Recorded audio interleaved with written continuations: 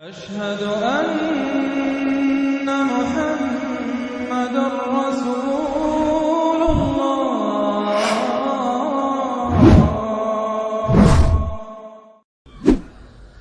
أما بعد فأعوذ بالله من الشيطان الرجيم. بسم الله الرحمن الرحيم. الحمد لله رب العالمين الرحمن الرحيم مالك يوم الدين إياك نعبد وإياك نستعين اهدنا الصراط المستقيم صراط الذين أنعمت عليهم غير المغضوب عليهم ولا الضالين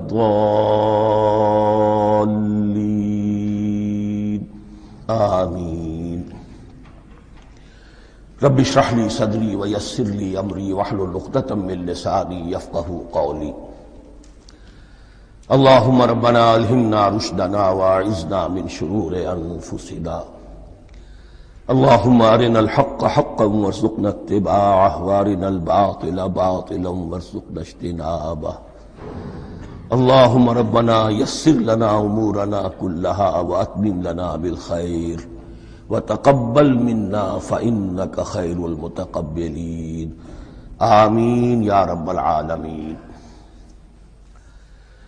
معزز حاضرین اور محترم خواتین، ہم اللہ کے نام سے اس سال کی نماز تراویح کے ساتھ دورہ ترجمہ قرآن کا آغاز کر رہے ہیں. اس سے پہلے میں عرض کر چکا ہوں کہ اب میری عمر بھی کافی ہو چکی ہے. قمری حساب سے 68 برس مکمل ہو چکے ہیں اور مختلف قسم کے عوارض بھی مجھے لاحق ہیں، اور بہت سے احباب نے اور رفقاء نے مشورہ دیا تھا کہ میں اتنا بڑا بوجھ اپنے ذمے نہ لوں، لیکن میں نے خالصتاً توکلاً علی اللہ اس کی ہمت کی، اس کا ارادہ کیا. اس کے لیے اہتمام بھی خصوصاً ہوا ہے. مجھے اندازہ ہے کہ اب میرے خیالات کی جو رو ہے وہ اب اتنی تیز نہیں ہے جتنی کبھی ہوا کرتی تھی. کراس ریفرنسز بھی جو ہیں قرآن حکیم کے وہ اتنے مستحضر نہیں ہیں جتنے کبھی ہوتے تھے، بلکہ واقعہ یہ ہے کہ میری زبان بھی بعض اوقات لڑکھڑاتی ہے، اس لیے کہ مجھے جو ادویات استعمال کرنی پڑتی ہیں ان کا اعصاب پر بھی اثر ہوتا ہے، اور جو ہمارے اعضائے رئیسہ ہیں ان پر بھی اثر ہوتا ہے. بہرحال ان سب کے علی الرغم اللہ کا نام لے کر آغاز کر رہے ہیں. میری انتہائی نگارش یہی ہے، تیرے نام سے ابتدا کر رہا ہوں. ابھی میں نے سورہ فاتحہ کی تلاوت کی اور آپ نے سماعت فرمائی.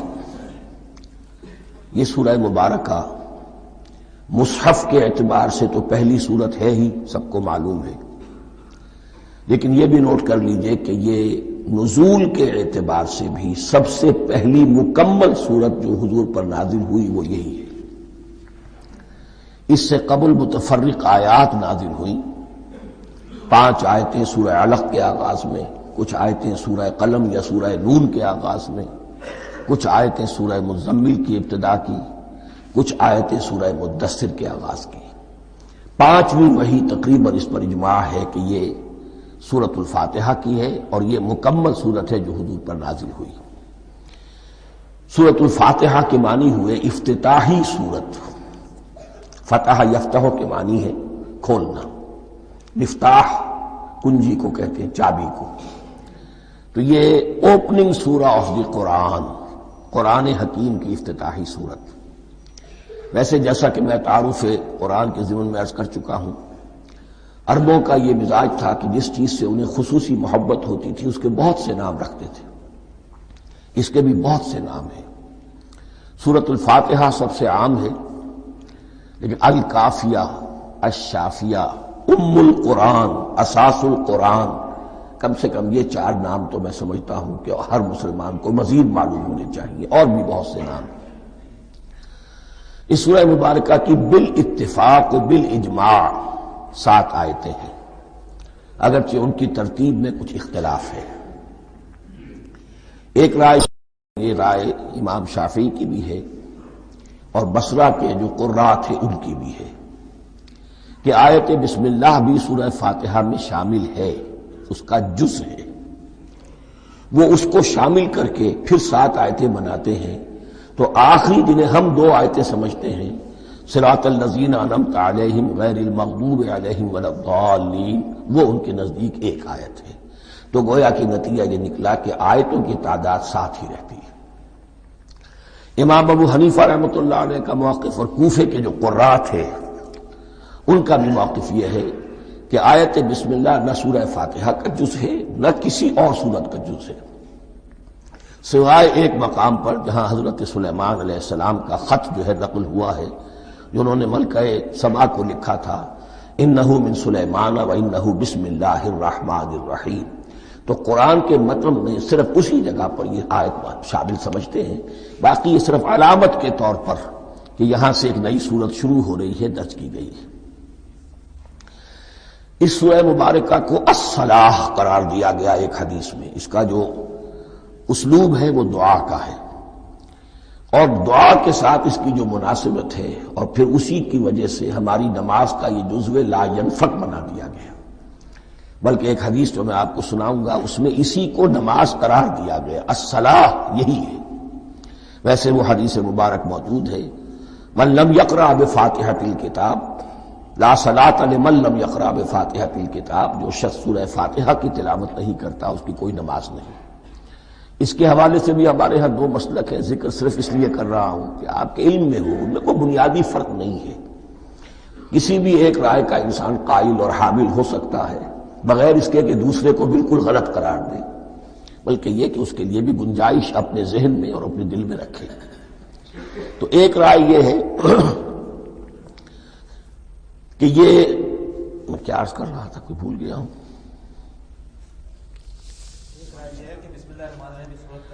جی، اور دوسری آیت یہ ہے کہ اس کا حصہ نہیں ہے۔ اسی اعتبار سے یہ کہ یہ سورہ مبارکہ نماز میں پڑھی جانی ضروری ہے، لا صلاۃ لمن لم یقرأ بفاتحۃ الکتاب۔ البتہ یہ اختلاف ہے، یہ بات جو میں ذکر کر رہا تھا جو ذہن سے نکل گئی، کہ آیا مقتدی جو ہے امام کے پیچھے کھڑا ہو کر جب نماز پڑھ رہا ہو تو کیا اس صورت میں بھی اس کے لیے لازم ہے کہ سورہ فاتحہ پڑھے؟ اس میں 2 رائے ہو گئی، بلکہ 3۔ ایک رائے انتہائی ہے اور وہ فقہ حنفی کی طرف منسوب ہے کہ اگر آپ امام کے پیچھے مقتدی کی حیثیت سے نماز پڑھ رہے تو کسی بھی رکعت میں آپ سورہ فاتحہ نہیں پڑھیں گے۔ ایک دوسری بالکل برعکس رائے ہے، وہ امام شافعی رحمۃ اللہ علیہ کی ہے کہ ہر حالت میں چاہے امام جہری رکعت پڑھا رہا ہو جس میں وہ بلند آواز سے سورہ فاتحہ پڑھ رہا ہو اور چاہے وہ سری رکعت ہو، ہر حالت میں مقتدی کو بھی پڑھنی ہے۔ ایک تیسری رائے بین ہے، وہ امام مالک کی ہے رحمۃ اللہ علیہ، کہ جو سری رکعت ہے جس میں کہ امام بھی خاموشی سے پڑھ رہا ہے مقتدیوں کو بھی پڑھنی چاہیے، جو جہری رکعت ہے جس میں کہ امام بلند آواز سے پڑھ رہا ہے اس میں مقتدیوں کو خاموش رہ کر پوری توجہ جو ہے سننے پر صرف کر دینی چاہیے۔ اذا قرئ القرآن فاستمعوا له وانصتوا، جب قرآن پڑھا جا رہا ہو تو پوری توجہ اس کے پڑھنے پر مرکوز کر دو اور خود خاموش رہو۔ میرے اپنی رائے میں یہ تیسری رائے سب سے زیادہ صائب ہے اور اس میں کسی طرح کی بھی کوئی پیچیدگی پیدا نہیں ہوتی۔ بہرحال اس سورہ مبارکہ کا جو اسلوب ہے میں نے عرض کیا دعائیہ ہے، البتہ قرآن مجید کے علم اور حکمت کے اعتبار سے، اس کے فلسفے کے اعتبار سے ایک بات سمجھ لینی چاہیے۔ قرآن کا فلسفہ یہ ہے کہ بنیادی ہدایت ہر انسان کے دل میں موجود ہے، بالقوہ، پوٹینشلی۔ یہ جو قرآن مجید یا اللہ کی کتابیں نازل ہوتی ہیں یہ انہیں ایکٹیویٹ کرتی ہیں، وہ اندر کی جو ڈورمنٹ کانشسنس ہے، خوابیدہ شعور جو ہے اسے بیدار کر کے اور پھر یہ کہ اسے اجاگر کرتی ہیں۔ ہر سلیم الفطرت انسان اور سلیم العقل انسان، 2 سلامتی شرط ہیں۔ سلیم الفطرت، نیچر پرورٹڈ نہ ہو، فطرت مسخ نہ ہو گئی ہو، عقل سلیم ہو، ان دونوں چیزوں کا نتیجہ یہ نکلتا ہے کہ وہ انسان از خود بغیر کسی وحی کی رہنمائی کے بغیر کسی نبی کی تعلیم کے سے استفادہ کیے ہوئے از خود بھی کچھ حقائق تک پہنچ جاتا ہے. اور وہ حقائق کیا ہے؟ نمبر ایک یہ کہ اس کائنات کا ایک خالق ہے اور وہ ایک ہے، اور وہ تمام صفات کمال سے متصف ہے. نمبر دو یہ کہ انسان کی زندگی صرف یہ زندگی نہیں ہے، بلکہ ایک اور زندگی ہے کہ جس میں اس زندگی کے اعمال کے نتائج برآمد ہوں گے. یہ دو باتیں، اس کی زیادہ وضاحت کے ساتھ جو ہے اس کا تذکرہ آئے گا سورہ لقمان میں، جہاں حضرت لقمان کی شخصیت کا تذکرہ ہے. لیکن یہاں صرف یہ بات سمجھ لیجئے کہ قرآن کا فلسفہ یہ ہے کہ ہر انسان میں، ہر فرد نوع بشر میں جو اپنی ولادت کے وقت مسلم ہوتا ہے. حضور کی حدیث ہے کل مولود یولد علی الفطرہ ابواہ یحودانہ او ینصرانہ او یمجسانہ. ہر بچہ نوع انسانی کا فطرت اسلام پر پیدا ہوتا ہے، وہ فطرت کے اندر وہ ہدایت ودیت ہے. اب اگر وہ فطرت بس نہیں ہوئی اور عقل جو ہے وہ صحیح رخ پر کام کر رہی ہے تو ان دو حقائق تک وہ انسان خود پہنچ جائے گا. لیکن ان دونوں حقائق تک پہنچنے کے بعد اب وہ دست بستہ دعا کرے گا کہ اے رب اب مزید ہدایت تو مجھے عطا فرما. ایک تو یہ کہ میں کیا کروں کیا نہ کروں، میری عقل اس میں ٹھوکر کھا سکتی ہے. میں کسی اچھی چیز کو بری سمجھ سکتا ہوں، کسی بری کو اچھی سمجھ سکتا ہوں. تو مجھے صحیح راستہ، صحیح راہ ہدایت پر چلا. یہ دعا ہے جو انسان کرتا ہے جبکہ وہ ایمان باللہ اور ایمان بالآخرہ تک خود پہنچ چکا ہوتا ہے، اور یہ سمجھتا ہے کہ صحیح زندگی کا رخ یہی ہے کہ جس رب کو میں نے پہچانا ہے کہ وہ اس کائنات کا خالق ہے اور مالک ہے اور رب ہے، میں اس کی بندگی کروں، اس کی اطاعت کروں، اس کا حکم مانوں، اس کے راستے پر چلوں. لیکن وہ راستہ کون سا ہے؟ اس کے لیے پھر دست بدعا ہوتا ہے کہ پروردگار تو میری رہنمائی فرما.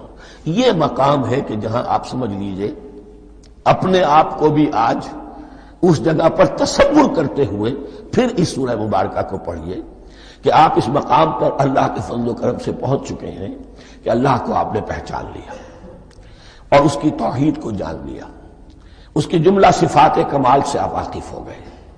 آپ یہ بھی جان گئے کہ بڑھ کر اس کے حضور میں حاضر ہونا ہے اور وہ حساب کتاب لے گا. پھر آپ نے یہ عہد بھی کر لیا کہ اب زندگی گزارنی ہے اس رب کی بندگی میں، اسی کی فرما برداری میں. اب یہاں کھڑے ہو کر آپ پوچھتے ہیں کہ اللہ مجھے وہ تفصیلی ہدایت عطا فرما. ایسا نہ ہو کہ کبھی میں کسی راستے پر چلتا ہوا کسی پگڈنڈی پر مڑ جاؤں اور وہ تھوڑی سی جو ڈیویشن ہو میرے راستے کی وہ میری عاقبت کو برباد کر دے. یک لحظہ غافل گشتم و صد سال راہم دور شد. اس لیے کہ ہوتا یہی ہے سیدھے راستے سے ذرا سی کوئی پگڈنڈی جو ہے تھوڑے سے اینگل پر نکلی ہے، لیکن جب چلتے جائیں گے آپ تو جتنا آگے بڑھیں گے اس پر، اس راہ صراط مستقیم سے آپ اتنے ہی زیادہ دور ہوتے چلے جائیں گے. یہ ہے قرآن مجید کی حکمت اور فلسفے کے اعتبار سے اس سورہ مبارکہ کا مقام. اب آئیے ہم بسم اللہ کرتے ہیں. بسم اللہ الرحمن الرحیم. شروع کرتا ہوں میں اللہ کے نام سے جو رحمان اور رحیم ہے. اس پر کچھ گفتگو ہو چکی ہے تعارف قرآن کے ضمن میں کہ رحمان اور رحیم دو نام ہیں کہ جو رحمت کے مادے سے نکلتے ہیں. رحمان میں اللہ تعالی کی رحمت کا جوش ہے، جانی کیفیت، طوفانی کیفیت، اور رحیم میں اللہ تعالی کی رحمت کا دوام اور تسلسل. یہ دونوں کیفیات اللہ کی رحمت میں بیک وقت موجود ہیں جس کا ہم تصور نہیں کر سکتے. ہم سمندر کو دیکھتے ہیں متلاطم سمندر ہے، اس میں ہیجان ہے، طوفان ہے. دریا کو دیکھتے ہیں کہ وہ سکون کے ساتھ چل رہا ہے، خاموشی سے چل رہا ہے، بہہ رہا ہے، بس تسلسل کے ساتھ بہہ رہا ہے. ہم ان دونوں کیفیات کو علیحدہ علیحدہ دیکھتے ہیں تو ہمارا ذہن ان دونوں کو بیک وقت اس کا تصور نہیں کر سکتا، تخیل ممکن نہیں. لیکن اللہ کی رحمت کی یہ دونوں شانیں مستقلاً ہر وقت موجود ہیں بیک وقت. اسی لیے ان دونوں کے درمیان کہیں حرف عطف نہیں آئے گا. بسم اللہ الرحمن الرحیم. الحمدللہ رب العالمین. کل حمد، اور حمد کو ذہن میں رکھ لیجئے، حمد مساوی ہے تعریف جمع شکر. عام طور پر ترجموں میں ایک لفظ لایا جاتا ہے، کل تعریف اللہ کے لیے، یہ کافی نہیں ہے. تعریف آپ کسی شے کی کر سکتے ہیں جس میں کوئی حسن ہے، خوبی ہے، کسی بھی اعتبار سے، خواہ آپ کو اس کے حسن و خوبی سے کوئی فائدہ حاصل نہیں ہو رہا۔ ایک پھول ہے، بہت خوبصورت ہے، بس ٹھیک ہے، خوبصورت ہے، آپ نے کہا، تعریف کر دی۔ شکر کرتے ہیں آپ اس شے کا جس سے آپ کو کوئی فائدہ پہنچا ہو، استفادہ ہوا ہو، آپ کی کوئی ضرورت پوری ہوئی ہو، آپ کی کوئی مشکل دفع ہوئی ہو۔ اور آپ دیکھیں گے کہ حمد میں یہ شکر کا پہلو غالب ہے۔ جتنی بھی دعائیں ہیں حضور سے منقول، شکر کے مقام پر وہاں حمد آتا ہے۔ بھوک لگی ہوئی تھی، کھانا کھایا، الحمدللہ الذی اطعمنی وسقانی۔ اب یہاں دیکھیے ترجمہ تعریف نہیں، شکر ہے اس اللہ کا جس نے مجھے کھلایا اور پلایا۔ آپ بیت الخلاء سے باہر آئے، نجاستیں آپ سے دور ہو گئیں، طبیعت میں انشراح ہوا، الحمدللہ الذی اذھب عنی الاذی وعافانی۔ وہ شکر ہے اس اللہ کا جس نے اذیت بخش چیزیں مجھ سے دور کر دیں اور مجھے عافیت بخشی۔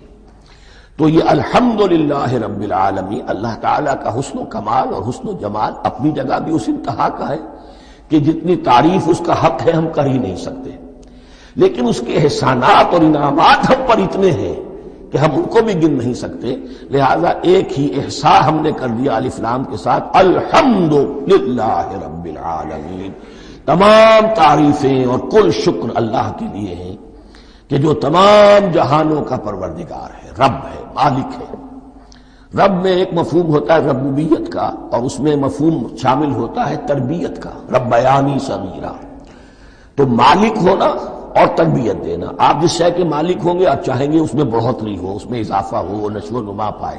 تو یہ دونوں چیزیں آپس میں ایک دوسرے کا جڑی ہوئی ہیں، پروردگار بھی اور مالک بھی۔ عام طور پر عربی میں رب کا لفظ مالک کے لیے آتا ہے، رب البیت، رب الدار، رب المال۔ تو مال وہاں پر ظاہر بات ہے کہ اس سے مراد کیا ہے، مال والا، گھر والا، گھر کا مالک۔ تو کل شکر اور کل تعریف اس اللہ کے لیے ہے جو تمام جہانوں کا مالک بھی ہے اور پروردگار بھی ہے۔ الرحمن الرحیم، رحمان ہے اور رحیم ہے۔ اب دوبارہ اس کی میں وضاحت نہیں کروں گا۔ مالک یوم الدین، یوم دین کا مختار مطلق ہے۔ دین عربی زبان میں کہتے ہیں بدلے کو، دناہم کما دانو، کما تدینو تو دانو، یہ کہاوت ہے۔ جیسے اردو میں ہم کہتے ہیں جیسا کرو گے ویسا بھرو گے، کما تدینو تو دانو، تو یہ ہے بدلہ۔ اس کا بنیادی مفہوم جو ہے وہ بدلہ ہے۔ تو بدلے کا ایک دن ہے جس دن فیصلہ ہوگا کہ کون کیا کما کر لایا ہے اور اسے کیا بدلہ ملنا چاہیے۔ آیا اس کا برائیوں کا پلڑا بھاری ہے کہ اسے سزا ملنی چاہیے، یا اس کی حسنات اور نیکیوں کا پلڑا بھاری ہے کہ اسے جزا ملنی چاہیے، اس کا انعام اور اکرام کے ساتھ معاملہ کیا جانا چاہیے۔ وہ ایک دن ہے، اسے ہم یوم القیامہ کہتے ہیں۔ اور لیکن اصل بات جو یہاں کہی گئی، یعنی ایک جملے میں تین باتوں کا اعتراف ہو رہا ہے۔ بعث بعد الموت، ایک دن آئے گا کہ ہم مرنے کے بعد تمام انسان اٹھا لیے جائیں گے، پھر حساب و کتاب، پھر اللہ کے ہاں حاضری ہوگی اور حساب کتاب ہوگا۔ اور تیسرے یہ کہ اس حساب کتاب کے دن کا مختار مطلق اللہ ہے، یعنی کسی اور کو اپنے ذہن میں سہارا بنا کر آپ زندگی گزاریں کہ وہ مجھے چھڑا لے گا، یا وہ ہستی جو ہے اتنی زوردار ہے کہ وہ مجھے بچا لے گی، اس سے اپنے دل کو، اپنے ذہن کو بالکل پاک کر لیجئے۔ مالک یوم الدین، ایک دوسری جگہ پر قرآن میں آیا ہے، اس روز کوئی پکارنے والا پکارے گا، لمن الملک اليوم للہ الواحد القہار، آج کے دن کس کا اختیار مطلق ہے؟ اور پھر کہا جائے گا اللہ کے لیے، الواحد قہار، جو پوری طرح چھایا ہوا ہے، مستولی ہے۔ تو مالک یوم الدین، جو جزا و سزا کے دن کا مالک ہے۔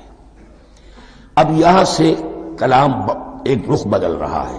ابھی تک تو یہ غائبانہ انداز میں کلام ہو رہا ہے، اللہ سے خطاب نہیں آیا اس میں ابھی۔ الحمدللہ رب العالمین الرحمن الرحیم مالک یوم الدین۔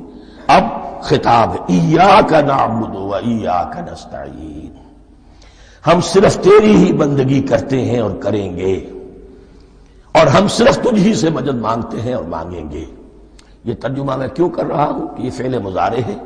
عربی زبان میں فعل مضارع حال اور مستقبل دونوں کو کور کرتا ہے۔ ایاک کا جو ہے مفعول فاعلی جو ہے، مفعول جو ہے اس میں ضمیر مفعولی، اسے پہلے لا کر حشر کا مضمون پیدا ہو گیا۔ ہم تیری بندگی کرتے ہیں نہیں، ہم تیری ہی بندگی کرتے ہیں اور کریں گے۔ حال میں ترجمہ کیجئے تو یہ اظہار حال ہے، اور مستقبل میں ترجمہ کیجئے تو یہ ایک عہد ہے، قول و قرار ہے، بہت بڑا معاہدہ ہے۔ وَإِيَّاكَ نَسْتَعِينُ، اور صرف تجھ ہی سے مدد مانگتے ہیں اور مانگیں گے۔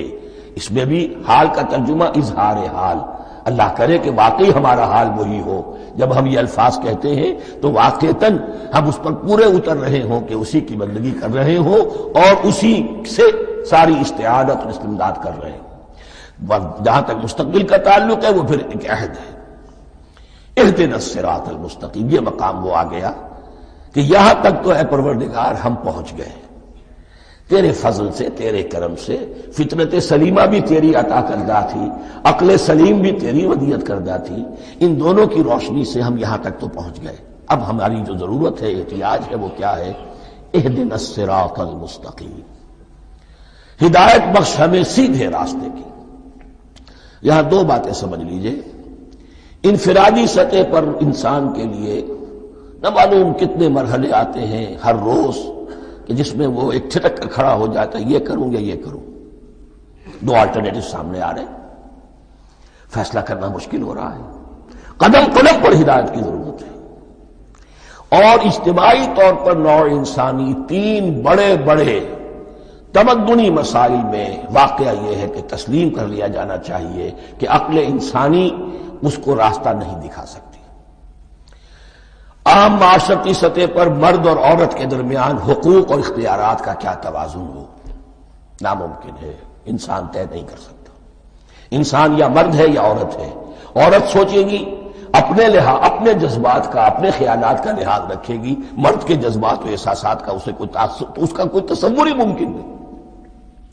مرد سوچے گا اسے اپنے احساسات معلوم ہے، لیکن یہ کہ عورت کے احساسات سے وہ نابلد ہے، ان کو محسوس کر ہی نہیں سکتا، لا محالہ وہ اپنے بارے میں وہ جو بھی نظام بنائے گا اس میں وہ اپنی بالادستی رکھے گا۔ وہ تو ایک ہی ہستی ہو سکتی ہے کہ جو دونوں کی خالق ہے، مرد کی بھی عورت کی بھی، اور اس کو دونوں سے محبت ہے، دونوں کا خیر خواہ ہے، دونوں کا رب ہے، دونوں کو پروان چڑھانا چاہتا ہے۔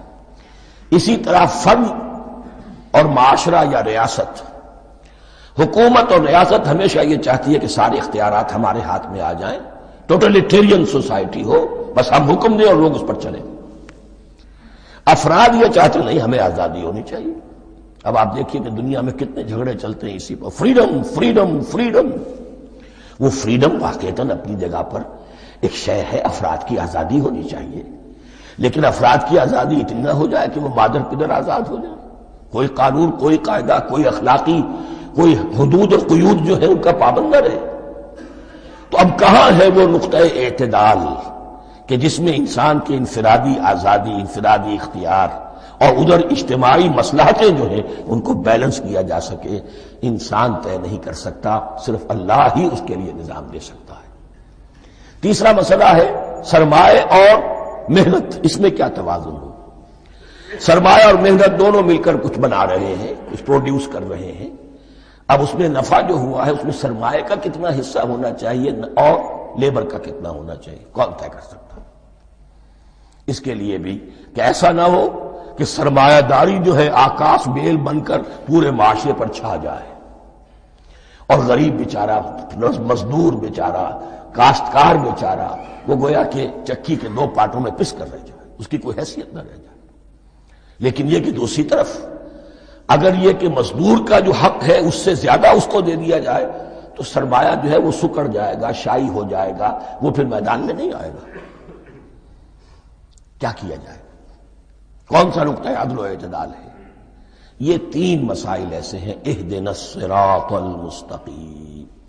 تو یوں سمجھیے کہ ایک جو بنیادی ہدایت تھی، ایک اللہ کو پہچان لینا، یہ جان لینا کہ کل حسن و جمال اور تمام انعام و اکرام کا منبع اس کی ذات ہے، وہ رحمان ہے اور رحیم ہے، اور یہ جان لینا کہ مرنے کے بعد جی اٹھنا ہے، حساب کتاب ہے، فیصلہ ہوگا جزا و سزا کا، اور مختار مطلق اس دن کا اللہ ہے۔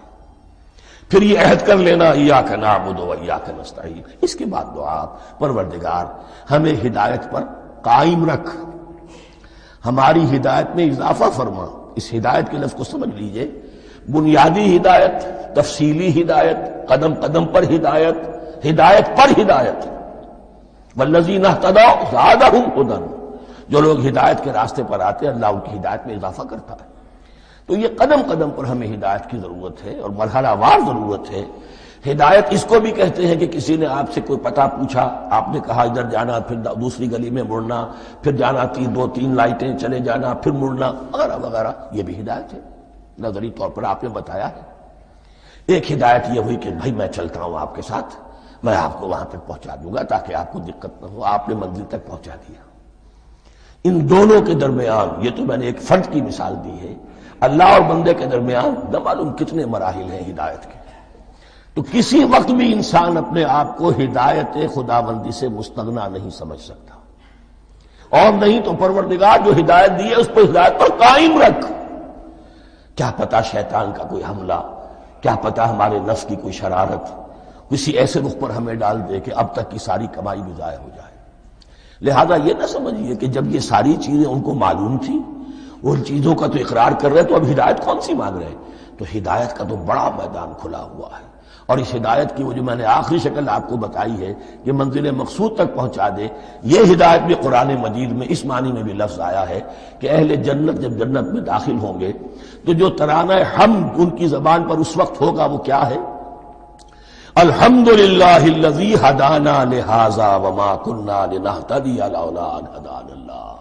کل شکر اللہ کا جس نے ہمیں یہاں تک پہنچا دیا، ہدایت دی یہاں تک پہنچا دیا. اور ہم ہرگز نہ پہنچ پاتے، ہم ہرگز ہدایت یافتہ نہ ہو سکتے اگر اللہ ہی ہمیں ہدایت نہ دیتا. اہدنا الصراط المستقیم، سیدھا راستہ. صراط الذین انعمت علیہم، اب اس کی مزید وضاحت ہے. راستہ اس کا ان لوگوں کا جن پر تیرا انعام ہوا. یہ کون لوگ ہیں؟ اس کی وضاحت آپ کو ملے گی سورہ نساء میں. من یطع اللہ والرسول فاولئک مع الذین انعم اللہ علیہم من النبیین والصدیقین والشہداء والصالحین. 4 طبقات ہیں منعم علیہم جن پر اللہ کا انعام ہوا ہے. چوٹی پر انبیاء کرام، اس کے بعد صدیقین کرام، اس کے بعد شہداء عظام، اس کے بعد عام صالح مسلمان صالح ہو. یہ بیس لائن ہے. اس سے اوپر کا درجہ شہداء کا ہے، اس سے اوپر کا درجہ صدیقین کا ہے، اور پھر اس سے اوپر کا درجہ انبیاء کا ہے. انبیاء میں سے پھر وہ بھی ہوتے ہیں کہ جو اولو العزم میں من الرسل ہیں. لیکن یہ 4 طبقات ہیں، ان کے راستے پر ہمیں چلا. غیر المغضوب علیہم ولا الضالین، جو مغضوب علیہم نہیں ہوئے، جن پر تیرا غضب نہیں ہوا. اور غضب ہوتا ہے ان پر کہ جو ہدایت کے واضح ہونے کے بعد ہدایت کو ترک کر دیں، وہ ہے مغضوب علیہم. جنہیں ہدایت مل گئی ہو، ہدایت کو پہچان لیا ہو، پھر اپنی شرارت نفس کی وجہ سے، اپنی نفسانیت کی وجہ سے، اپنے تکبر کی وجہ سے، اپنے حسد کی وجہ سے وہ اس حق کو رد کر دیں، اس کو ترک کر دیں. ان پر اللہ کا غضب آتا ہے. اور اس میں اس کی بہت بڑی مثال تاریخ کے اعتبار سے یہودی ہے. اللہ نے انہیں ہدایت دی، کتابیں عطا کی، تورات، انجیل، زبور، سینکڑوں نبی ان میں مبعوث کیے. 1400 برس تک نبوت کا تار ٹوٹا ہی نہیں، مسلسل. ابتدا میں بھی 2 نبی، موسیٰ اور ہارون، اور اختتام پر بھی 2 نبی، عیسیٰ اور یحییٰ علیہ السلام. اور ان کے مابین کوئی لمحہ نہیں آیا ہے تاریخ بنی اسرائیل میں جبکہ کوئی نہ کوئی نبی موجود نہ ہو. لیکن انہوں نے اپنی شرارت نفس کی وجہ سے ہدایت تورات سے بھی منہ موڑا. اور پھر سب سے بڑی بات یہ کہ ہدایت محمدی سے، ہدایت قرآنی سے بھی صلی اللہ علیہ وسلم منہ موڑا. وہ ہے مغضوب علیہم ولا الضالین، اور نہ ہی گمراہ ہوئے. یہ لفظ جو آتا ہے عربی زبان میں گمراہ کا بھی ہے اور تلاش حق میں بھٹکنے والے کا بھی ہے. ایک وہ شخص ہے جس پر حق ابھی واضح نہیں ہوا، وہ تلاش میں ہے، اس کے لیے بھی ضال کا لفظ آئے گا. اسی طرح کوئی شخص کسی کے عشق اور محبت میں ایسا ہو جائے، دیوانہ ہو جائے، اس کو بھی ضال کہتے ہیں. یعنی اس کے اوپر جذبات کا اتنا غلبہ ہو گیا ہے کسی کی محبت اور عشق کی بنا پر. تو حضور کے لیے یہ لفظ آیا ہے وَوَجَدَكَ ضَالًّا فَهَدَىٰ، اور یہ تو سورۃ الضحیٰ ہے، اکثر بیشتر لوگوں کو یاد ہوگی۔ تو یہ جو ضال کا لفظ ہے اس میں سمجھ لیجئے ضروری نہیں ہے کہ وہ گمراہ ہو، بلکہ وہ بھی کہ جو ابھی راہ ہدایت کی طلب میں اس کے حصول کے لیے اس کی تلاش میں کوشاں ہیں، اور وہ بھی کہ جو کسی مغالطے کی وجہ سے حق سے منحرف ہو جائے۔ یہ بھی جان لیجئے کہ ایک ہے بدنیتی، تکبر، حسد، حق کو جان کر پہچان کر رد کر دینا یا چھوڑ دینا یا ترک کر دینا، ایک ہے کسی غلطی میں، کسی جذبات کے اندر آ کر، کسی غلو کے اندر مبتلا ہو کر اور حق سے منحرف ہو جانا۔ اس کی جو سب سے بڑی مثال ہے وہ نصارہ ہے، عیسائی ہے۔ حضرت مسیح کو انہوں نے مانا لیکن غلو کیا، یہ لفظ آئے گا آگے، لا تغلو فی دینکم، اپنے دین میں غلو نہ کرو۔ جیسے ہمارے ہاں بھی بعض لوگ ہیں جو حضور صلی اللہ علیہ وسلم کی تعریف میں، حضور صلی اللہ علیہ وسلم کے ساتھ اپنی محبت کے اظہار میں غلو کر جاتے ہیں۔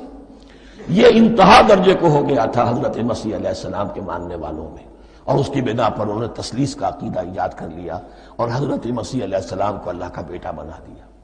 تو اس کی سب سے بڑی مثال ضالین کی اس اعتبار سے کہ ہدایت پانے کے بعد کسی بدنیتی سے نہیں بلکہ کسی اچھے جذبے میں غلو کی وجہ سے رسول سے محبت کرنا تو اچھا جذبہ ہے، لیکن یہ محبت بھی ایک حد میں رہنی چاہیے۔ غلو کرے گی تو ظاہر بات ہے کہ اس کے بعد وہ گمراہی کی طرف لے جائے گی۔ تو یہ ہے اس سورہ مبارکہ کا ترجمہ، اور اس کے بعد آخر میں آمین کہنا یہ مسنون بھی ہے، کہنا چاہیے۔ البتہ اختلاف یہاں بھی صرف اتنا ہے کہ نماز میں جب آپ امام کے ساتھ ہیں، وہ اگر جہری قرات کر رہا ہے تو آیا اس کے بعد آپ کو بھی بالجہر کہنا ہے آمین یا نہیں کہنا، یہ اختلاف ہے، ان میں کوئی فرق واقع نہیں ہوتا۔ یہ چیز متفق علیہ کہ کہنا ہے آمین، بلکہ یہ آمین تو یہودیوں میں ہے، یہ آمین جو ہے یہ عیسائیوں میں بھی ہے۔ ان کی بھی جو پریئر لارڈس پریئر ہے اس کے بعد آمین، وہ آمین کہتے ہیں، وہ فرق وہ لفظ ایک ہی ہے، اس لیے کہ عبرانی زبان اور عربی زبان یا تو ہم یہ کہہ سکتے ہیں کہ دونوں بہنیں ہیں، کوئی ایک مشترک زبان تھی ان کی ماں جس کی یہ دو بیٹیاں ہیں، اور یا یہ کہنا پڑے گا کہ عربی زبان کی ماں جو ہے وہ عبرانی زبان ہے۔ بہرحال بڑا قریبی رشتہ عربی کا اور عبرانی کا ہے، اس اعتبار سے وہ آمین۔ اب آپ کو معلوم ہے ہم السلام علیکم وہ کہتے ہیں، وہ سلام کہتے ہیں، فرق کیا ہے؟ وہ تو تلفظ کا فرق ہے۔ اسی طریقے سے اور بہت سے الفاظ ہیں، میں بعد میں بتا۔ اب میں اس سورہ مبارکہ کے بارے میں خاص حدیث آپ کو سنانا چاہتا ہوں، اور اسی سے در حقیقت جو امام ابو حنیفہ کا موقف ہے رحمۃ اللہ علیہ، اس کی حقانیت مزید مبرہن ہو جائے گی۔ یعنی کیا کہ آیت بسم اللہ سورہ فاتحہ کا جز نہیں ہے، سورہ فاتحہ الحمدللہ رب العالمین سے شروع ہوتی ہے۔ وہ میں آپ کو بتانا بھول گیا کہ جن کے نزدیک یہ سورت کا جز ہے وہ پھر جہری قرات میں بسم اللہ الرحمن بھی بلند آواز سے کہیں گے، اور جن کے نزدیک یہ سورہ فاتحہ کا جز نہیں ہے وہ نہیں کہیں گے، وہ الحمدللہ رب العالمین سے قرات کریں گے۔ تو کوئی فرق نہیں ہے بنیادی۔ یہ حدیث جو ہے یہ مسلم شریف میں ہے اور حدیث قدسی ہے، اس کے راوی حضرت ابو ہریرہ ہیں رضی اللہ تعالی عنہ، اور اس حدیث نے اس سورت کے مضامین کا نہایت عمدہ تجزیہ کر دیا ہے۔ حدیث کے الفاظ سن لیجئے، قسمت الصلاۃ بینی و بین عبدی نصفین۔ اللہ تعالیٰ فرما رہے ہیں، حدیث قدسی ہے، میں نے نماز کو، صلاۃ کو اپنے اور اپنے بندے کے درمیان آدھا آدھا تقسیم کر لیا۔ فنصفها لی ونصفها لعبدی، اس کا نصف جو ہے وہ میرے لیے ہے اور نصف جو ہے وہ میرے بندے کے لیے ہے۔ ولعبدی ما سأل، اور جو میرے بندے نے مانگا میں اسے دوں گا، میرا وعدہ ہے یا میں نے اسے دیا۔ اس کے بعد اس کی تفصیل آتی ہے، اذا قال العبد، جب بندہ کہتا ہے الحمدللہ رب العالمین، قال اللہ حمدنی عبدی، جب بندہ کہتا ہے الحمدللہ رب العالمین، اللہ فرماتا ہے میرے بندے نے میری حمد کی۔ وَإِذَا قَالَ الرَّحْمَٰنِ الرَّحِيمِ قَالَ اللَّهُ اثْنَىٰ عَلَيَّ عَبْدِي، جب بندہ کہتا ہے الرحمن الرحیم، اللہ فرماتا ہے میرے بندے نے میری ثنا کی۔ وَإِذَا قَالَ مَالِكَ يَوْمِ الدِّينِ قَالَ اللَّهُ تَعَالَىٰ مَجَّدَنِي عَبْدِي، میرے بندے نے میری تمجید بیان کی، میری بزرگی بیان کی۔ اب یہ 3 آیتیں ہو گئیں، تینوں میں اللہ کی حمد ہے، ثنا ہے، تمجید ہے۔ یہ 3 آیتیں خالص اللہ کے لیے ہو گئی۔ اب چوتھی آیت آئی، ایاک نعبد و ایاک نستعین۔ اس کے بارے میں جب بندہ کہتا ہے اذا قال العبد ایاک نعبد و ایاک نستعین، قال اللہ تعالی ھذا ما بینی و بین عبدی ولعبدی ما سأل، یہ میرے اور میرے بندے کے درمیان ہے۔ یہ تو یوں سمجھیے کہ یہ گرا لگ گئی ہے میرے اور میرے بندے کے مابین۔ اس نے مجھ سے قول و قرار کیا ہے، اس نے میری بندگی کا اعتراف کیا ہے، اس نے تسلیم کیا ہے کہ میری ہی بندگی کرتا ہے اور کرے گا، اور مجھ سے مدد چاہیے ہے۔ ھذا ما بینی و بین عبدی، یہ معاہدہ ہے۔ معاہدہ 2 فریقوں کے مابین ہوتا، یہ میرے اور میرے بندے کے مابین ہے۔ وَلِعَبْدِي مَا سَأَلَ، اور میں نے اپنے بندے کو دیا جو اس نے مانگا۔ وہ میری مدد چاہتا ہے، میری مدد اس کے شامل حال رہے گی۔ فَإِذَا قَالَ، اور جب بندہ کہتا ہے اهْدِنَا الصِّرَاطَ الْمُسْتَقِيمَ صِرَاطَ الَّذِينَ أَنْعَمْتَ عَلَيْهِمْ غَيْرِ الْمَغْضُوبِ عَلَيْهِمْ وَلَا الضَّالِّينَ، قال اللہ تعالی ھذا لعبدی ولعبدی ما سأل، یہ 3 آیتیں یہ میرے بندے کے لیے۔ اهدنا الصراط المستقیم، اسی صراط مستقیم کی وضاحت ہے مثبت، صراط الذین انعمت علیہم، اسی صراط مستقیم کی وضاحت ہے منفی انداز میں، غیر المغضوب علیہم ولا الضالین۔ یہ سب میرے بندے کے لیے ہے، اور میں نے اپنے بندے کو دیا جو اس نے مانگا۔ اس کو میں نے ایک مرتبہ یہ ترازو کی شکل میں اس کو لکھوایا تھا۔ دیکھیے یہ ایاک نعبد و ایاک نستعین، یہ ہے وہ ترازی کی وہ ڈنڈ، واو جو ہے ایاک نعبد و ایاک نستعین، واو جو ہے گویا کہ وہ مٹھ ہے جس سے کہ ترازو کو پکڑا جاتا ہے۔ ادھر ایک پلڑا ہے جس کی 3 آیتیں ہیں، الحمدللہ رب العالمین الرحمن الرحیم مالک یوم الدین۔ اس کا نتیجہ کیا نکلا؟ ایاک نعبد۔ آپ نے شاید یہ سنا بھی ہو، ایک بہت ہی عمدہ قرات کا جو ریکارڈ ہے قاری عبدالباسط عبدالصمد کا، وہ یہیں سے چل کر سورہ فاتحہ کی قرات کر کے ایاک نعبد پر آ کر رکتا ہے۔ الحمدللہ رب العالمین الرحمن الرحیم مالک یوم الدین ایاک نعبد۔ گویا کہ یہاں یہ صورت بالکل ہاف ہو گئی ہے۔ 3 آیتوں میں اللہ کی حمد ہے، ثنا ہے، تمجید ہے، جس کا نتیجہ ہم تیری ہی بندگی کرتے ہیں، تیری ہی اطاعت کریں گے۔ لیکن اب اس کے بعد سوال ایاک نستعین، اسی کی جو استعانت کیا درکار ہے ہمیں؟ ہدایت۔ ہدایت سب سے بڑی استعانت ہے، ہدایت ہی تو سب سے بڑی مدد ہے۔ اهدنا الصراط المستقیم صراط الذین انعمت علیہم غیر المغضوب علیہم ولا الضالین۔ یہ ایاک نستعین کے حکم کے ساتھ یہ 3 آیتیں آ گئیں، اهدنا الصراط المستقیم صراط الذین انعمت علیہم غیر المغضوب علیہم ولا الضالین۔ قسمت الصلاة بینی و بین عبدی نصفین فنصفها لی ونصفها لعبدی ولعبدی ما سأل۔ اللہ تعالیٰ اس سورہ فاتحہ کا جو اصل مفہوم ہے وہ بھی ہمارے ذہنوں پر، ہمارے شعور کی سطح پر اسے اجاگر کیے رکھے، ہمیں توفیق دے کہ جب بھی پڑھیں، جب بھی سنیں تو وہ کیفیت اگر ہو جائے۔ اس لیے کہ ایک حدیث ہے کہ الصلاۃ معراج المومنین، نماز تو اہل ایمان کے حق میں معراج کے درجے میں ہے۔ اس حوالے سے ہم یہ سمجھ سکتے ہیں کہ کوئی وقت ایسا آ سکتا ہے